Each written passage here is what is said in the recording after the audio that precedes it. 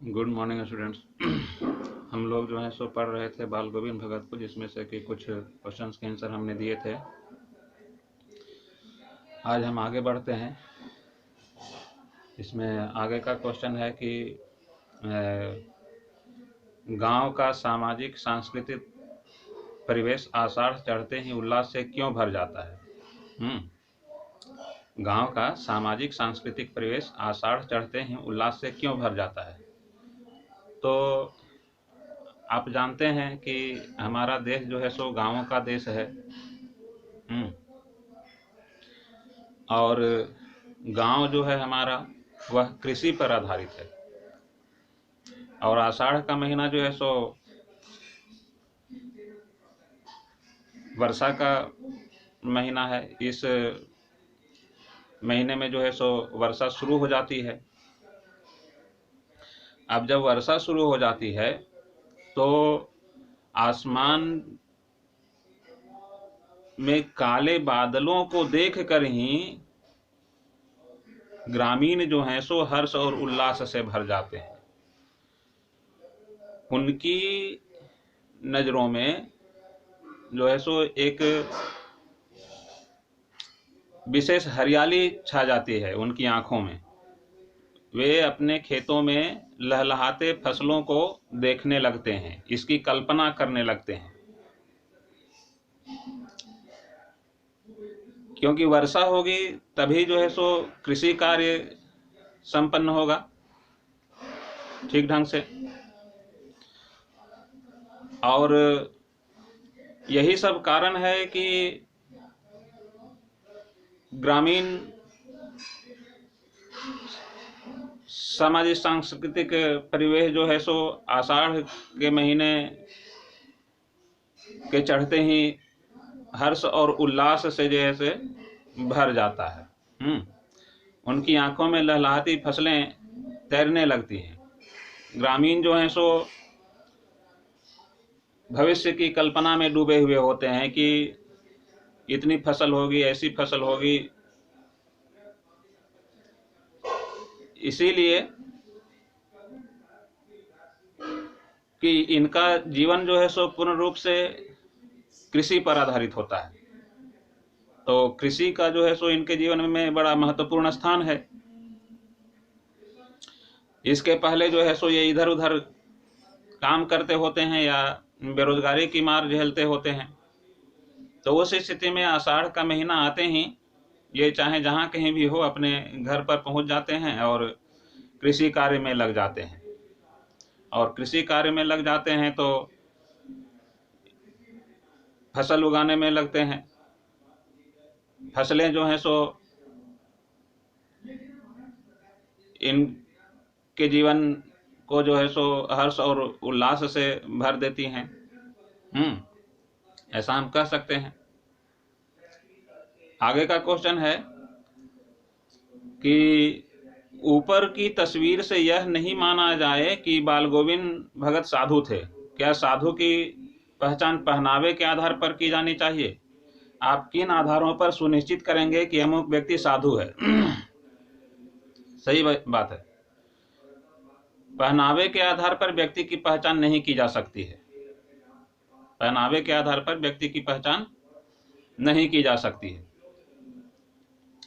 व्यक्ति की पहचान जो है वह उसके व्यवहार के आधार पर होती है। पहनावा चाहे जो कुछ भी हो, बढ़िया पहनावा उसके अच्छे व्यक्तित्व की पहचान नहीं होती है। देखने में भले ही वह बढ़िया लगे, लेकिन उसका व्यवहार क्या है, उसका हृदय कैसा है, इसकी पहचान जो है सो व्यक्ति नहीं कर पाता है। अब है क्या कि साधु वेश में ढेर सारे व्यक्ति घूमते नजर आते हैं। भगवा वस्त्र धारण करने वाले प्रत्येक व्यक्ति को साधु नहीं कहा जा सकता है जब तक कि उनमें जो है सो साधुता नहीं हो। और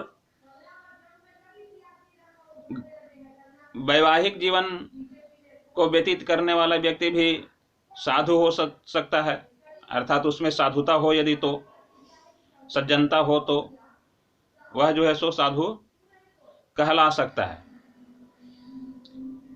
तो एक व्यक्ति को निश्चित रूप से दृढ़ निश्चयी होना चाहिए अपने जीवन में। किसी के प्रति उसके हृदय में भेदभाव नहीं होना चाहिए। जीव मात्र से प्रेम करने वाला भी होना चाहिए उसे। समाज में कई तरह की कुरीतियां फैली हुई हैं, उन कुरीतियों से व्यक्ति को दूर होना चाहिए, आडंबरों से दूर होना चाहिए, और उस आडंबर को, उस कुरीति को दूर करने का प्रयत्न भी करना चाहिए। तो इस तरह का प्रयत्न कौन करेगा, या इस तरह का व्यक्ति कौन होगा? कोई साधु ही हो सकता है, जिसमें सज्जनता है, जिसमें साधुता है, वही साधु कहला सकता है। वाणी में मिठास अर्थात मधुरता, और उसकी आवश्यकताएं भी अत्यंत सीमित हों। व्यक्ति की इच्छा अनंत है, लेकिन फिर भी उन इच्छाओं के पीछे जो नहीं भागता है, वही व्यक्ति साधु कहला सकता है, अर्थात साधु पुरुष वही है। भगवा कपड़ा पहनना जो है सो दिखावा भी हो सकता है। आज हमारे सामने ढेर ऐसे उदाहरण आते हैं, तो हम कह सकते हैं कि आवश्यकताओं को सीमित रखने वाला, मधुर भाषी, मृदु भाषी, जिसमें साधुता हो, सज्जनता हो, सामाजिक भेदभाव जिसके मन में नहीं हो, सामाजिक कुरीतियों या आडंबरों को दूर करने वाला हो, इस तरह के व्यक्ति को हम जो है सो साधु कह सकते हैं। केवल भगवा वस्त्र, गेरुआ वस्त्र धारण करने वाला व्यक्ति साधु नहीं कहला सकता है। आगे का क्वेश्चन है कि मोह और प्रेम में अंतर होता है। बाल गोविंद भगत के जीवन की किस घटना के आधार पर इस कथन का सच हम सिद्ध कर सकते हैं? सही बात है, मोह और प्रेम में अंतर होता है। मोह क्या होता है? मोह में जो है सो स्वार्थ होता है, और प्रेम जो है सो स्वार्थहीन होता है। मोह में स्वार्थ होता है और प्रेम जो है सो स्वार्थहीन होता है। यही जो है सो इन दोनों में अंतर है। मोह में पड़कर व्यक्ति जो है सो भला बुरा इसकी पहचान नहीं कर पाता है। मोह व्यक्ति को पतन के रास्ते पर ले जाता है, लेकिन प्रेम व्यक्ति को पतन के रास्ते से बचाने वाला होता है। अब मान लिया जाए कि कोई अपने पुत्र से प्रेम करता है, उसकी हर इच्छा की पूर्ति वह कर देता है, तो इस स्थिति में हर इच्छा की पूर्ति कर देना ये एक पिता का मोह है, क्योंकि पिता जो है सो इसमें भले बुरे की पहचान नहीं कर पाता है। यदि भले बुरे की पहचान कर पाता तो वह पिता अपने पुत्र की इच्छा की पूर्ति के बारे में सोचता कि वास्तव में यह इसके हित में है या नहीं है।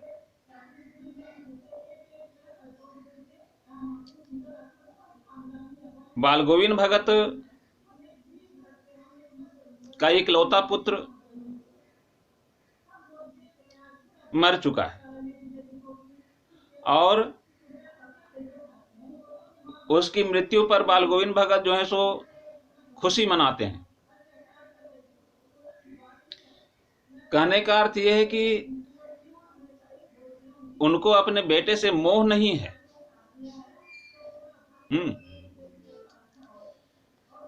मानना है यहां पर उनका कि आत्मा का परमात्मा से मिलन हो रहा है। ऐसा पतोहू को भाई के साथ भेजने की बात की उन्होंने कि इसकी दूसरी शादी कर दो ताकि उसका जीवन संवर जाए। यहां पर भी हम कह सकते हैं कि वे अपनी पतोहू से प्रेम करते हैं। पतोहू के प्रति उनके हृदय में मोह नहीं था। यदि मोह होता तो वे इस प्रकार की बात नहीं करते और अपनी पतोहू को अपने साथ ही रखते। तो इस आधार पर हम कह सकते हैं कि हाँ, मोह और प्रेम में अंतर है। मोह जो है उसमें स्वार्थ होता है और प्रेम जो है वह स्वार्थ से विहीन होता है। ऐसा ही बाल गोविंद भगत के साथ भी है।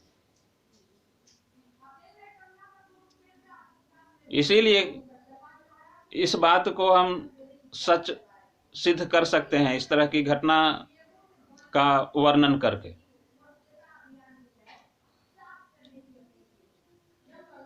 व्यक्ति मोह में जब पड़ता है तो उसे भले बुरे की पहचान कतई नहीं हो पाती है और वही उसके पतन का कारण बन जाता है। बेटे ने कहा कि मोटरसाइकिल ले दो, पिता से कहा और पिता ने उसे एक मोटरसाइकिल दे दी। बेटा रुष्ट हो जाएगा, इसलिए बेटे की आवश्यकता की तरफ ध्यान नहीं दिया पिता ने। बेटे को खुश करने के लिए उसने उसे मोटरसाइकिल दे दी। अभी उसे मोटरसाइकिल की आवश्यकता है भी या नहीं, बस उसकी इच्छा की पूर्ति में पिता जो है सो लग गया। ये एक पुत्र के प्रति पिता का मोह सिद्ध होता है।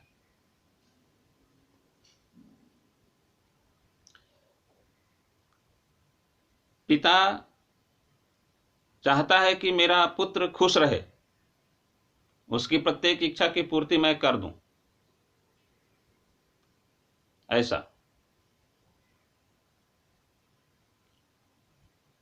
तो यहां मोह है एक पिता का पुत्र के प्रति। मोह नहीं होता तो पिता पूछता अपने पुत्र से कि आखिर तुमको मोटरसाइकिल की आवश्यकता क्यों पड़ गई।